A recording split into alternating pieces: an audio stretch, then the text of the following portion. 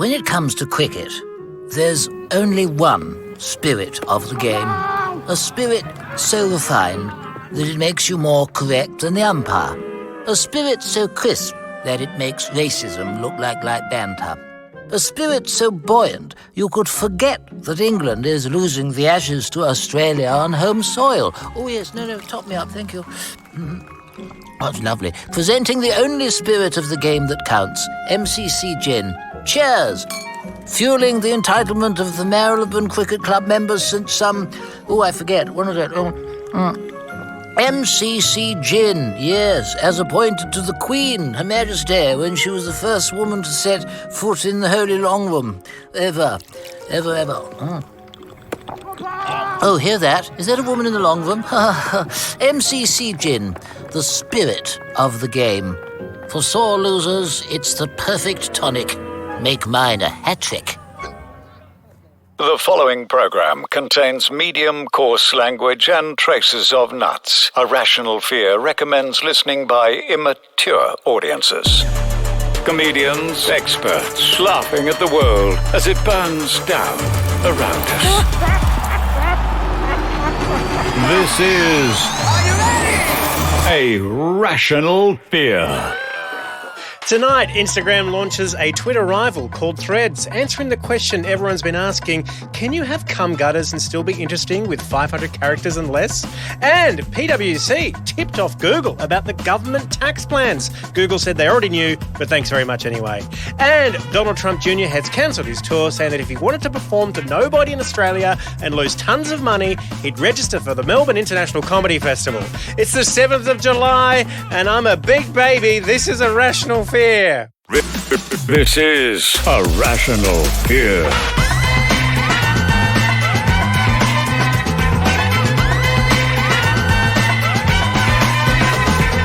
Don't forget to unplug your set. Yes, welcome to Rational Fear. I'm your host, Instagram Threads account holder, Dan Ilic, and this is the podcast that laughs at the week's most pressing news. Let's meet our fearmongers for tonight. They're a cabaret, capitalist, and TV producerist. It is Alice Tovey. Welcome to Rational Fear, Alice. Capitalist? How dare you? I'm all about... No, a cabaret... seizing a cabaret those capitalist, memes. you're putting on, you got to break even on your shows. Come on. That's true. I do have to. I don't always. But yes, Merry Financial New Year.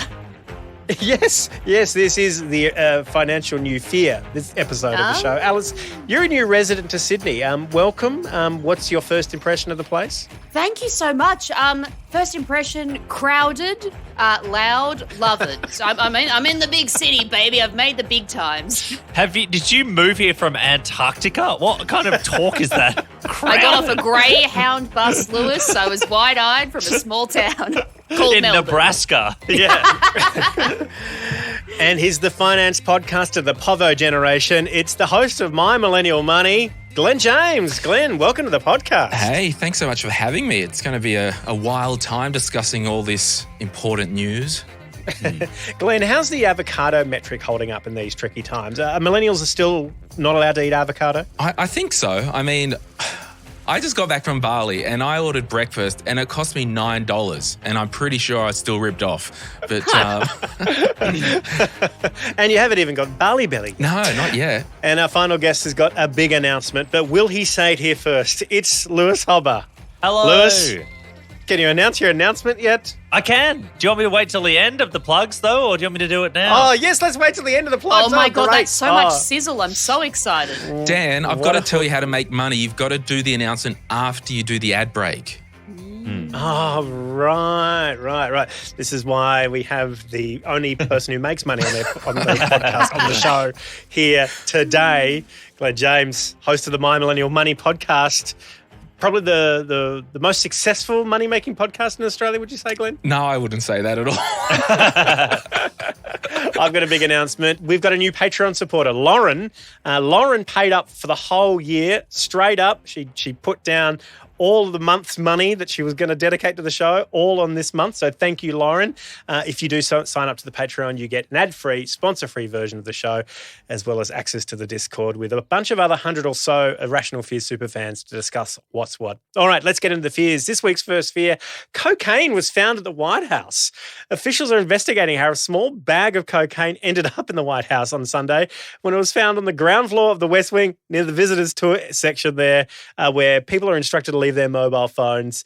The White House was evacuated initially until testing was confirmed that it actually was cocaine, but there is absolutely no indication that the cocaine's discovery disrupted White House operations. Fearmongers, who brings cocaine on the White House tour? Did somebody just think, well, it is the White House, I should bring my white cocaine with me? Oh, who brings cocaine, Dan? An absolute legend is who brings cocaine to the White House. It's the first time cocaine's been found in the White House, actually, since Donald Trump Jr. single-handedly reopened the Suez Canal, which is what he calls his nasal cavity. I think it's great. I think they should give it to Biden before the next State of the Union. See if he can cut that thing down from like an hour to 15 minutes. Oh. Guys, I got some really cool ideas. Listen up. They must prop that guy up like all day long. And he's probably like walking around the White House going, oh yeah, it's definitely not anthrax. Like testing that. Yeah, it's wild. I'd love to know which member of the Secret Service it was that was just like, hey, guys, look, I don't want you to tell you. I don't want you to know how I know this, but that's cocaine. But if you read between the lines, you can see that they allow staff members to take friends on a private tour in the White House, usually on Saturdays and Sundays. It's like, hey, guys, snow party, Oval Office, Saturday Arvo, you keen? I did love that Joe Biden made a big point saying, oh, no, we were all at Camp David, which is such like a year 11 excuse. Like, nah, Mum, it can't be mine. I was on school camp. I really enjoyed that the bag was found where the tourists were told just to leave their bags at the door. So I was like, oh, well, my baggies too. Yeah. Yeah, you'd never get that in Sydney. They're like, this bag is worth more than a Chanel. Yeah. If you look at like the highest use of cocaine in Australia, it's in Canberra. Is it? The Washington of Australia. So it's like the idea that it's a surprise that people in power, government, any kind of elite position with money use cocaine is like the least surprising thing to anyone in the world. If anything, I'm surprised that this A, hasn't happened before, or B, made the news. Like any journalists, you absolute dogs. The amount of cocaine I have seen journalists personally use, every time I see a journalist write a story about cocaine, I'm like, I bet you put it up your nose. It is air. You absolute hypocritical coward. See, do you know if cocaine has ever been found in Australian Parliament? That's something I'd love to see at the big winter ball. If you buy cocaine in Australia, you leave none behind. Like it is. So Lewis, what do you actually think, Lewis? What do I really think? I think we should legalize cocaine, Glen. I'm so glad you asked. Yeah, right. Yeah, Lewis, cocaine should definitely go on the PBS. That's for sure. This is a rational fear. He didn't get cancelled. He's just a big baby who isn't very popular. This week's second fear, Barbie brain has taken over the Australian media, just like the filmmakers and marketers have probably planned. There are hot takes everywhere about Barbie, including this very stupid one from the SMH style editor, whose article reads, living doll Margot Robbie can do better than dressing like Barbie. On the Barbie press tour, the Australian actor and producer is playing a dangerous game of dress-ups. Oh, my God. Far out. Maybe Damien Woolnough is right. Margot Robbie, the actor who is playing the titular Barbie, should be dressing up like Play-Doh on the Barbie promotional tour. Dressing up is so dangerous. That's why she gets paid millions of dollars to do it as a job. Fearmongers, has Barbie brain taken over your media diets? Like, what did they expect her to dress as? Like, oh, she should be bluey, like an Australian icon. I saw that Will Ferrell's the CEO of Mattel in the movie, and I haven't seen it yet, guys. I'm going tomorrow night, but I want him to be Magatu from Zoolander in it. It's so interesting. Mattel has 45 other IP properties in the works that are being touted as movie material. Let me read you out a few. I would love to know what the fearmongers think. Mattel is working on an Uno heist comedy with Lil Yachty, based around the Atlanta hip-hop scene. So is Lil Yachty the setting or a performer? Lil Yachty is a hip-hop artist from Atlanta. Lil They're Yachty. doing an Uno And yeah, You're telling me Lil Yachty. the rapper, Yeah, that's it. is Lil going to be Yachty, the in rapper. the Uno movie. Draw 4, Lewis. So, you yeah, heard but it first. Some quick context for Lil Yachty, if you know nothing about this. This is finally a story that brings together my two worlds, my irrational fear life and the 99% of my life outside of this, which is deep in Lil Yachty territory.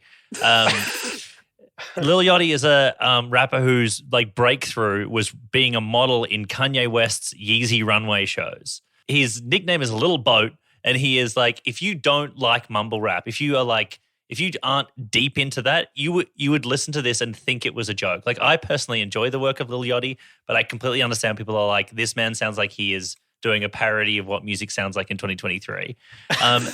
And he is not an actor.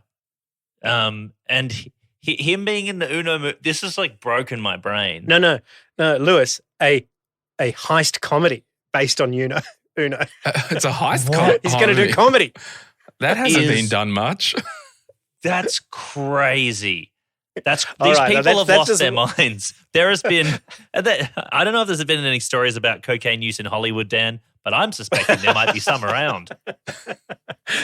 Okay, so Get Out star Daniel Kaluuya is making an A24 type film about Barney. So that's coming down the line. Barney the dinosaur. Barney the dinosaur, like some kind of quirky indie film about Barney. Mattel is also trying to create a Magic the 8-Ball movie, and they got the guys who made Cocaine Bear. They're turning it into a horror film.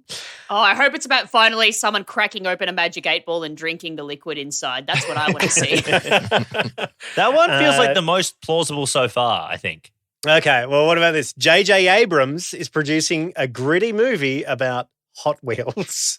That one might actually be good. No, Glenn, don't fall for this. Don't fall for Big Mattel. I've fallen. I mean, He's fallen, J.J. he's done a Abrams. loop-de-loop. He's zipped out the other side. Yeah. Mark Foster, James Bond director, is doing a live-action thriller of Thomas the Tank Engine. No, These these are jokes. These are jokes.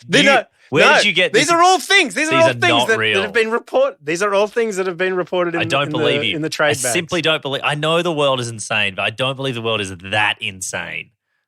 Would you believe that Vin Diesel is planning another franchise with Rock'em Sock'em Robots? Actually, those, yes, like, that's the like most hungry, believable. hungry hippos. That one I'm into. And then I don't know what this is going to be, but MGM and Mattel are also creating a movie about Viewmaster.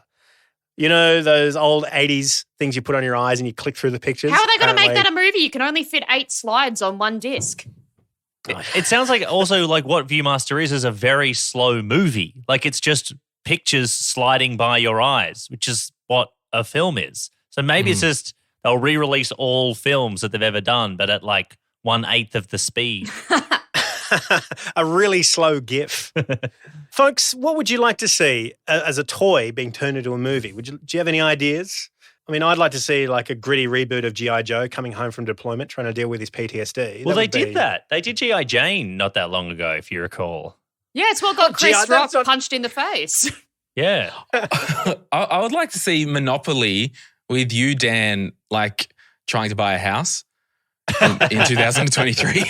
That's good. And, Mate, well, buddy, get your Donald cameras ready. Trump's the actual guy in the movie.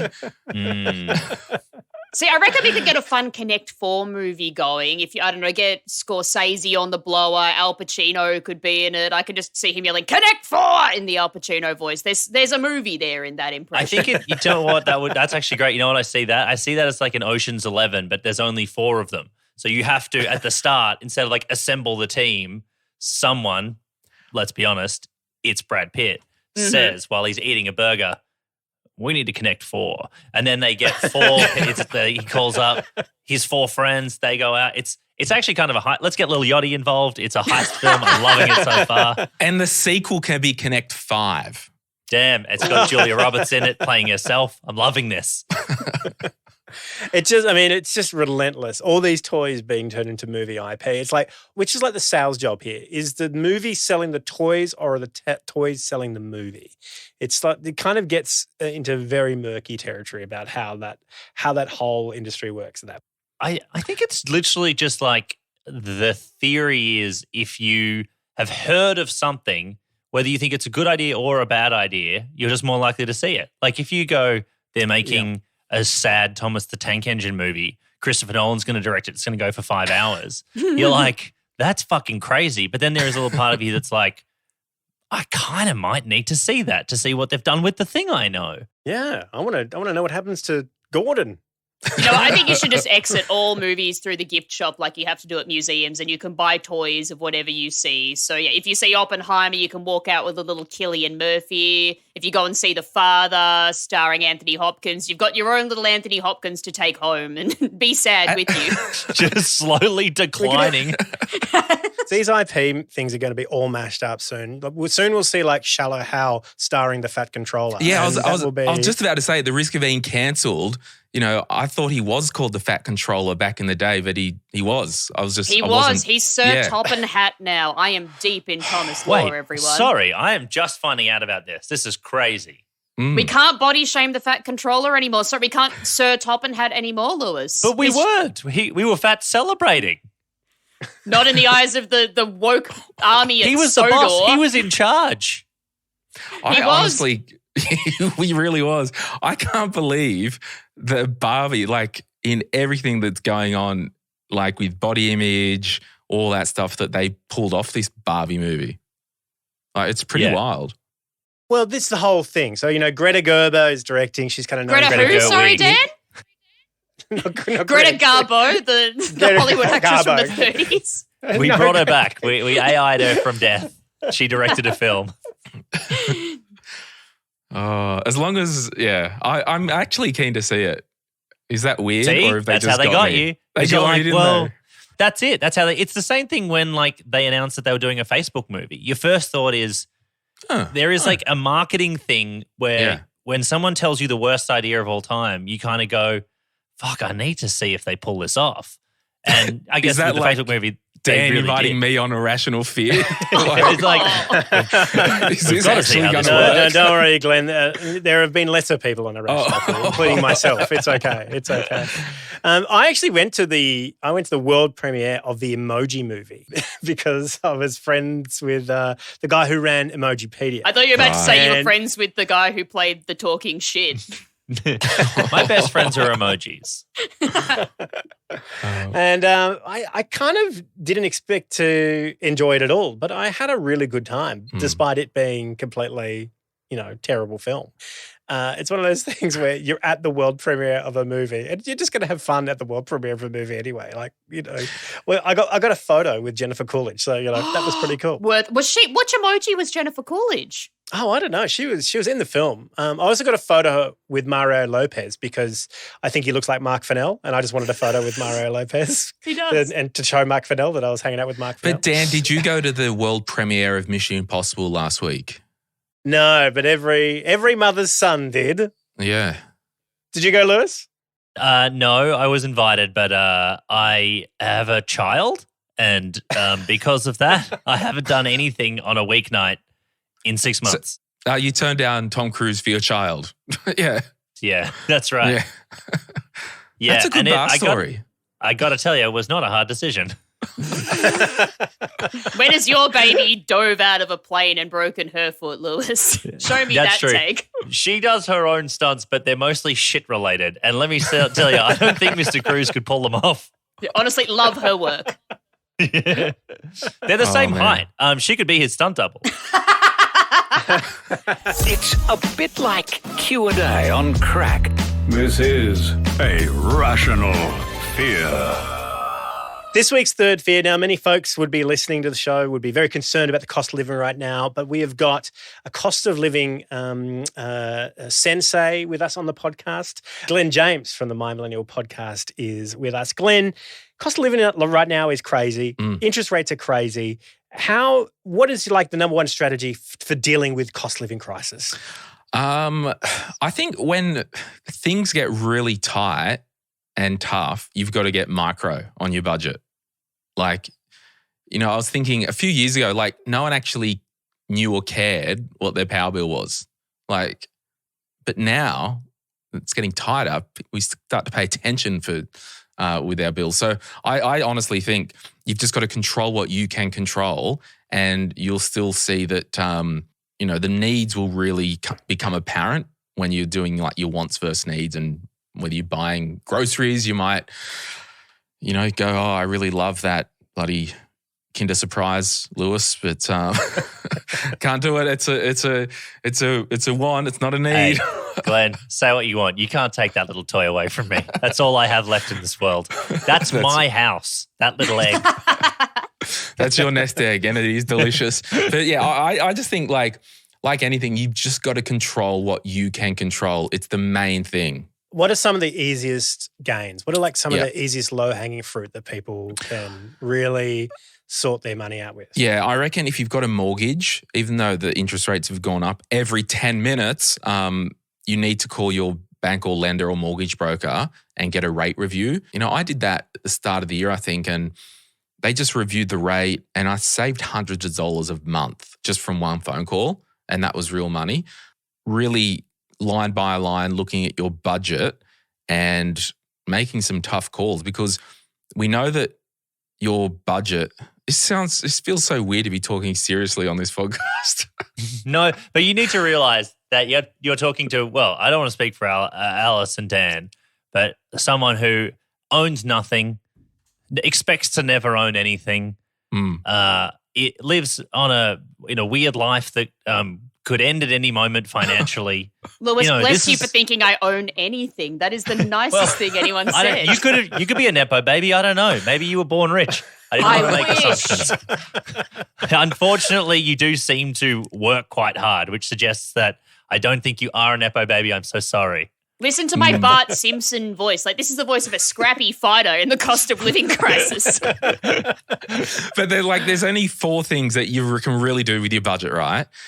You can increase income. So, that might not be an option for people. 2, you can decrease savings. So if stuff's more expensive and you are saving money, well, you either increase income to keep paying for your stuff or decrease savings if you are saving money. The next one is to review line items. So if you've got a line item of subscriptions, for example, I was looking at mine the other day and I've got bloody Amazon, Netflix, friggin' Stan, Foxtel. I'm just thinking this is ridiculous. And it all just creeps in one by one. Oh. So you can review a line item and cut some subscriptions, or you can... What are you going to cut, Glenn? What are you going to cut? What's the first one to go? Probably Stan. Oh, ouch. But how will you watch every season of RuPaul's Drag Race, Glenn? Who's to say I haven't already? Yeah, again. Zing. Yeah, so I don't know. It's really tough. Yeah, and then the last one is to cut something out completely. So it could be, cutting your Rational Fear subscription out completely. But you're not doing that. Glenn. You are not doing that. Glenn, let me tell you, as someone who has access to the Patreon dashboard, I can tell you a lot of people have been doing that in this cost of living crisis. Oh, look, guys, let's real talk. Dan, are you safe? Are you okay, Dan? Are you fair? No, we did the opposite. Fair enough. Good. As in, obviously we hope people can pay when they can, but we should be on the top of your list when it comes to things to go. Pay for heating, pay for food. Maybe we'll feed be your fine kids. in our tents and my little egg that I live in. Yeah. May I ask, Glenn, do you have any financial advice for someone who's chosen a career in comedy? Well, I don't know. Sounds like my mum and dad. Dan? Yeah. Look, okay. This is okay. It's a really good one because you're in a career that is niched, right? And yes, it's kind of like an entertaining career, right? There is a pyramid, and only a few get to the very top and really, really, really do well.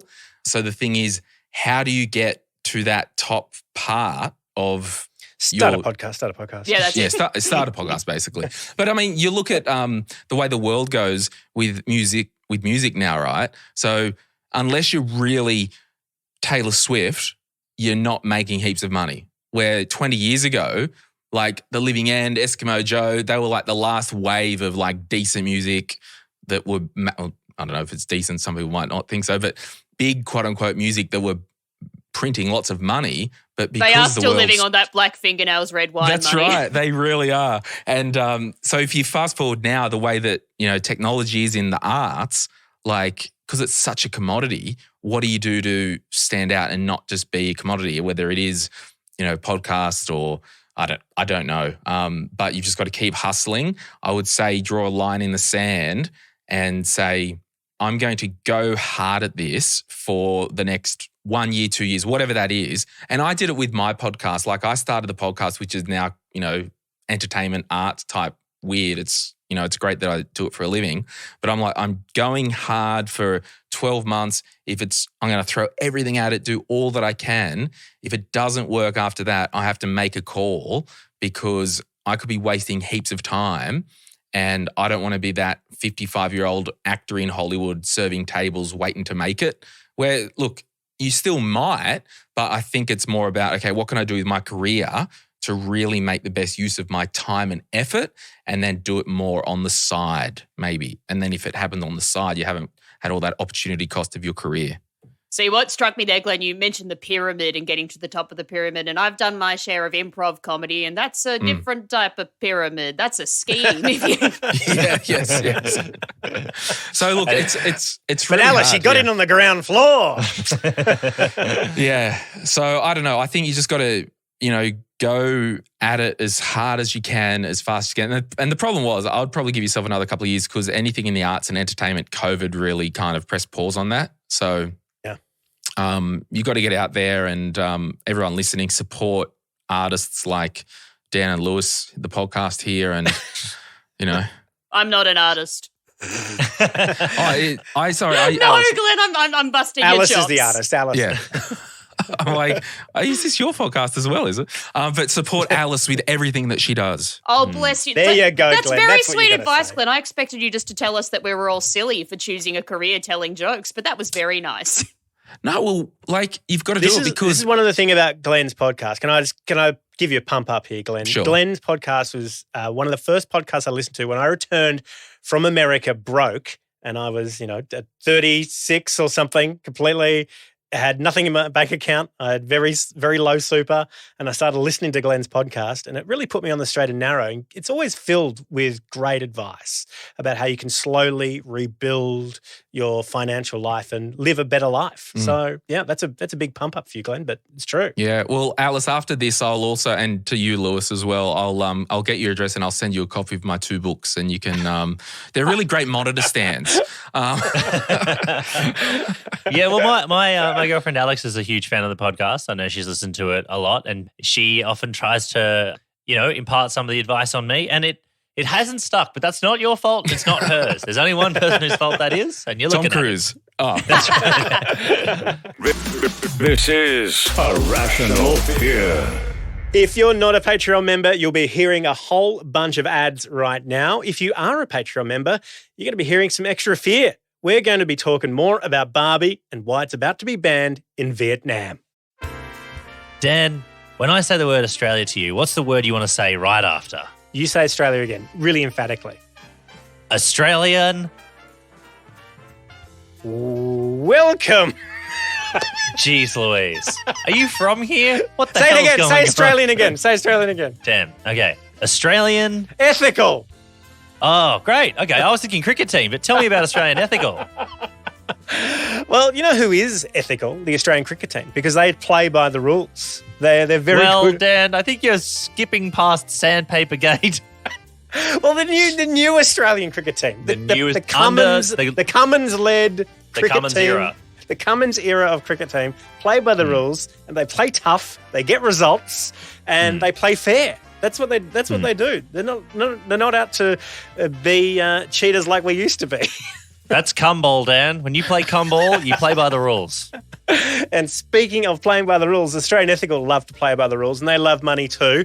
And they want you to have lots of money as well. And they're a whole bunch of people who also like to play hard, play fair, and they like to play in the fairest of circumstances. So if they see other companies that aren't being fair, they take their money away from them and then put the money towards solutions. That is Australian Ethical, our favourite superannuation and financial services company in Australia.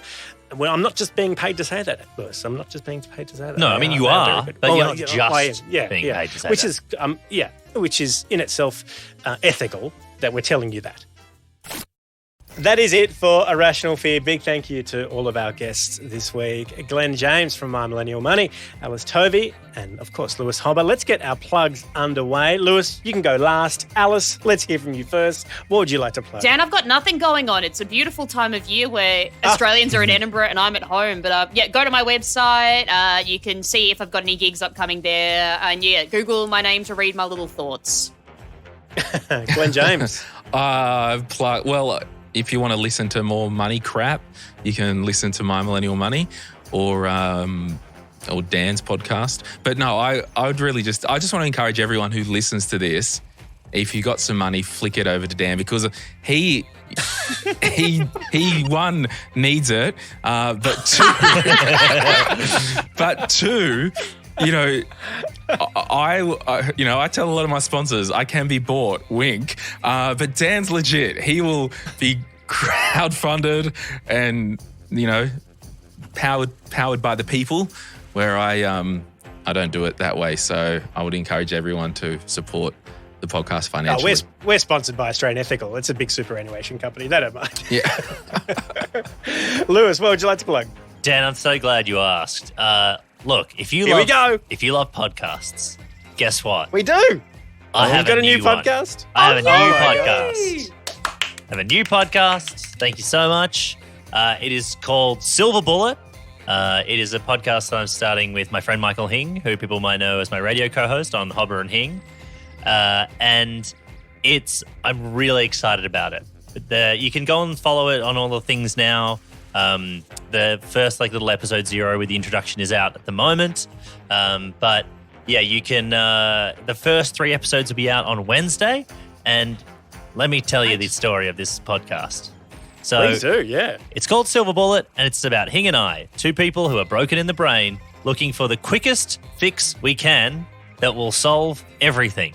So each week we have a really incredible person come on who tells us the thing that they genuinely believed at some point would fix their life.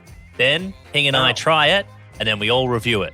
So we've got people like Australian of the Year Grace Tame. We have people like comedian Tom Cardy.